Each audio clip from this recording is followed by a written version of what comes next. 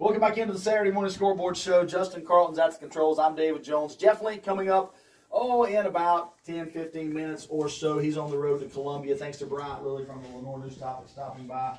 Hibriten wins 70-0. South Caldwell, West Caldwell, both going down last night. Game of the week next week. South Caldwell at Hickory. It's time to talk high school basketball, and a voice that you're going to hear in just a moment is one familiar to you if you listen to Foothills Radio Group over the past several years. John Blair, former GM here, he's back in the house this morning along with Derek Ellington, a co-player of his on the best team by record in Hibriten basketball history. They say records are made to be broken. We're going back to 85-86 in the old Big Six 3A conference. I played in that conference as well. I remember it. Hibriten West, Lincoln, East Lincoln, Fred T. Ford, St. Stephen's. I remember that conference well. You guys go in the Hall of Fame last night, so first of all, congratulations to both of you guys. Thank you. Thank you, Dave. I want to start with Derek because we're telling a story before we went on the air. I joked, because you're a tall guy, you're a big guy, and I joked you must be the point guard. But Larry Birch had some advice for you going into your basketball season. Tell us what Coach Birch informed you today. Well, and we were so lucky to have Coach Birch there with us last night. We were so lucky to have all the players from the team back, which was amazing. First time many of us had seen each other in over 30 years. But I was reminded of so many bits of wisdom from Coach Birch. Many of them I can't say on the radio the way he said them. In fact, some people were surprised to hear my name without an expletive in front of it or behind it. Coach Birch had a little Bobby Knight in from time to time. He had a way with the language. But I remember we were talking last night about some of the advice he gave, and one of the things that he would tell us, and especially me, is that people talk about working on your weaknesses. You know, you always work on your weaknesses. And he said, no, he said, you know, you need to be conscious of your weaknesses, but you need to think about your strengths. He said, and work on your strengths and work on them to where they're better than anybody else.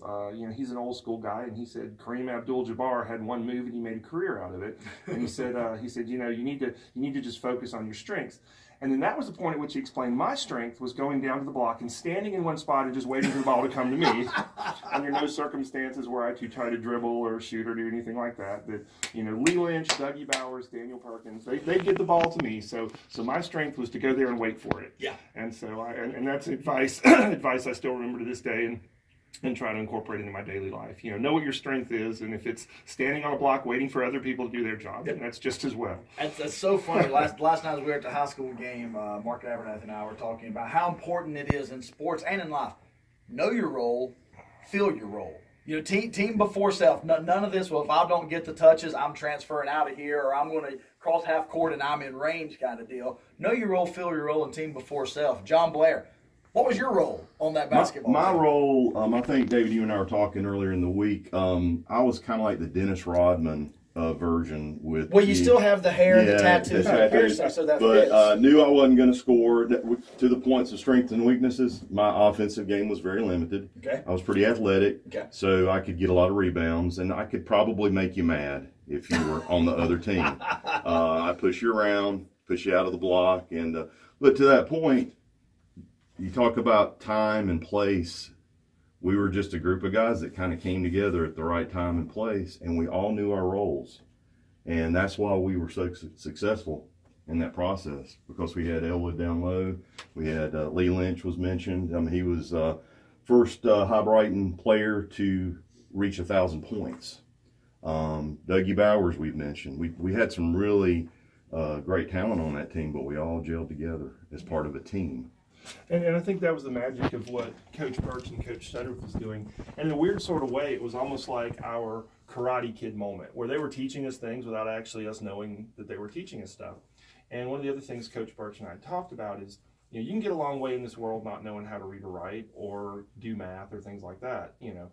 But if you can't work with other people, if you can't learn to be part of a team, you're not going to get very far. And a lot of the things that they taught us, a lot of the lessons of, you know, how to incorporate a bunch of different personalities, and Lord knows we were not easy. we were a bunch of personalities that they managed to bring together and teach us how to play together, teach us how to work together. But I think the most important thing that we had going for us is that we just generally liked each other. We Yeah. liked each other. We loved to play ball. We were talking last night about, you know, after that North Surrey game, sure, we were upset that we weren't going to continue on and be able to make it all the way to the state championship. But the saddest part was we knew that we weren't going to get to play ball together Exactly. again. And I also have to add, I think one of the coolest things for me about Hibriten's football successes of late, and getting to watch them do so well and you know, winning the state championship, but seeing the way the community has got behind them, it has gotten me chill. I'm getting chills thinking about what it was like for us back in 1985, 1986, where it was such a community event. You know, the girls basketball team was such a great story. Their game in the championship against West, breaking the streak and stuff like that. But behind the scenes, they were so supportive of us. We were so supportive of them. The cheerleaders, the dirty 30 student section, the staff. Herb Stevens, principal. Got to tell a quick one on him real quick. He was wonderful, but as a principal and educator, he was, you know, intimidating and scary. And so we're last game of the regular season, West Caldwell at Hibriten, always a big deal. We barely survived at their place earlier in the season to beat them for the first time in years. And you know, we're nervous. We're a bunch of seniors. This is our chance to get it done. And Principal Stevens comes into the locker room right before the game starts and says, guys, I just want you to know, no matter what happens tonight, you've made us all proud. You've made the school proud, the students proud, the community proud. We're all very, very proud of you no matter what happens tonight. But I have to tell you, if you don't win this game, you don't graduate. I love it. And you can see, you know, me and Lee and John, and everything. Can he do that? Can he actually do that? And without a smile, he just turned around and walked out of the locker room. And so, thankfully, we don't know how serious he was because we did end up winning the game. But again, that's the kind of support that we got from everybody, and seeing and feeling that same vibe come alive again with what the football team has done. And Coach Reason, it's just been really cool for us because we've kind of gotten to relive what it was like back in the day. That reminds me of a great story from the old Notre Dame Miami football games, and y'all know the Miami Notre Dame rivalry. It said the greatest pregame speech that Lou Holtz ever said. He came in and told us there was trash talk and there were fight before the games. He said, you guys go out there and you play clean and you play hard and you beat Miami, and if they want to fight after the game, we'll fight. He said, you do what you want to do, but you leave Jimmy Johnson's bleep for me. And Lou Holtz is, 4'2" and 60 pounds, but and then Notre Dame went out and won the game. But it was a great story. Talking with John Blair and Derek Ellington, member of Hibriten's best basketball team ever. They go into the Hall of Fame. They've got their medals on. They've got their shirts on. Not taking it off. No. Not going to sleep. Well, actually, we announced that when I get back to work on Monday as the boss, I'm going to announce that on Mondays, instead of like casual Fridays, we're going to have a Hall of Fame medal Mondays. So if you have a Hall of Fame medal, you're allowed to wear it on Mondays. Okay. Just saying.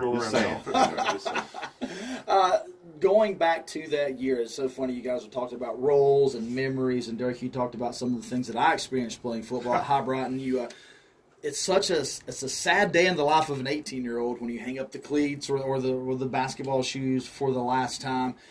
John, what do you remember, about some of your other teammates? You got to see some of them last night. You guys are here today, but memories that you have taken and lessons that you've learned. I know you've had a long career in the banking industry. You took a little detour through radio for a few years, but those soft skills that you learn about relationships and working with different personalities, that's critical. That is critical, and that's spot on, David. Working with a group of different personalities. And also, I think one thing I think of is the challenge of it. I mean, we were challenged in so many ways to get up to that point. Mm-hmm. West Caldwell, shout out to some of my buds at West Caldwell, Chad Keller, current Hibriten coach, played over that game. We talk about not only teammates but people around you that made you better. And I think one thing I took away from it is you're going to be challenged every day. Once you graduate in life. Yep. Working with a variety of different personalities and finding ways to fit in and figuring out ways to work through that. And at the end of the day, win or lose, you're still going to be a success. Yeah. When it comes down to it. But and just talking about success, I have to say that as funny as it sounds, and we talk about this all the time, we owe such a debt of gratitude to West Caldwell, to Andy Anderson, and how great that program was that set a model for us. And let's face it, we have to admit, we didn't talk about winning state championships. We didn't talk about, winning conference championships. We talked about beating West. Yeah. Because West had put a hurt on us for so long. We played them 4 times our junior year, lost by over 30 points 3 of those times. The final game was close, but Andy Anderson's team with Chad Keller, Coach Keller, and it was who went on to play at East Tennessee State, Step Banner, Quentin Harshaw, all those guys. They were so good for so long that they set the tone. And I actually told another little story last night was we had to hate West Caldwell because that's what you did, and and you wanted to and you needed to in some cases. And I remember telling the story. I think it was the last game we played at Hibriten against West, and notwithstanding my orders not to dribble the ball, I remember I had knocked the ball away and ended up getting the basketball, dribbling the length of the court and dunking the ball. And as I'm coming back down the court, Chad Keller had all the nerve to say to me, "Nice dunk, Elwood." And I remember looking at him and going, "No, I'm supposed to hate you. Stop being so nice to me, Chad. You're not making this easy on me." And so, I was so thrilled to have him over at Hibriten. Of course, I still get a tickle out of the fact that he's now won more games as a Panther than he did as a Warrior. So we kind of got him now firmly in our column. But anyway, which also crushes, I think, that hope of putting together that West Caldwell Hibriten rematch. I think we're way past that one from we had for a couple of years, we had alumni football games. Right. The only time I ever beat West Caldwell in football. Came close a couple of times when it counted, but we won the alumni game back in the mid to late 90s. Last question before we let you guys go and give me both your answer on this. Why has this record stood for so long? There have been some good basketball players come through Hibriten since 85, 86. Some of those guys went on to play college basketball. Maybe some of those teams had more talented guys than y'all had. But what was it about that 85, 86 team that's had such staying power? How many total games did you guys win that year? Final record? 21 and 3 that year. So very impressive. Why? Records are made to be broken. This one hasn't been broken at Hibriten. How come? One big item that I'll say is we started playing together, William Lenore, 8th grade. Most of that team started that early, and we had a group of how many seniors? It was, I think, 7 of us were seniors. Okay.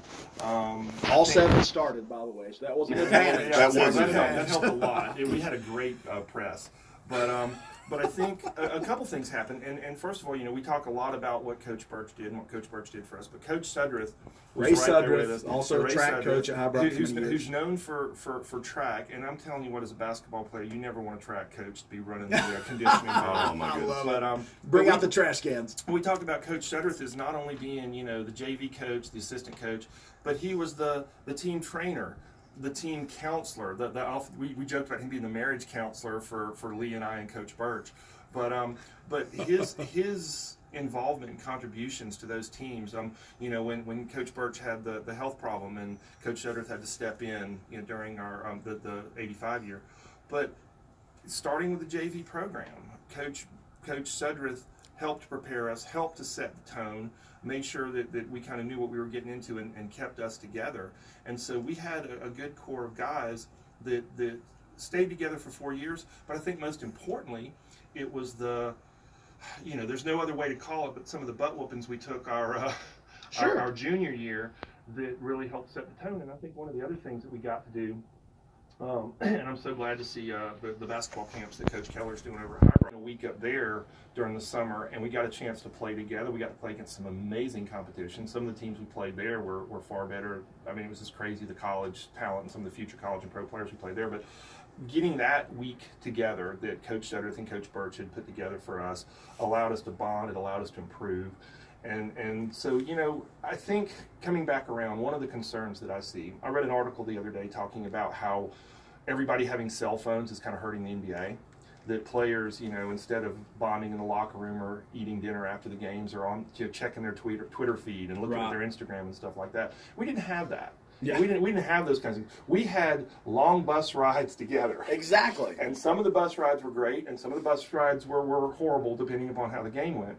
But we had more of that opportunity to have to, at first, learn to put up with each other.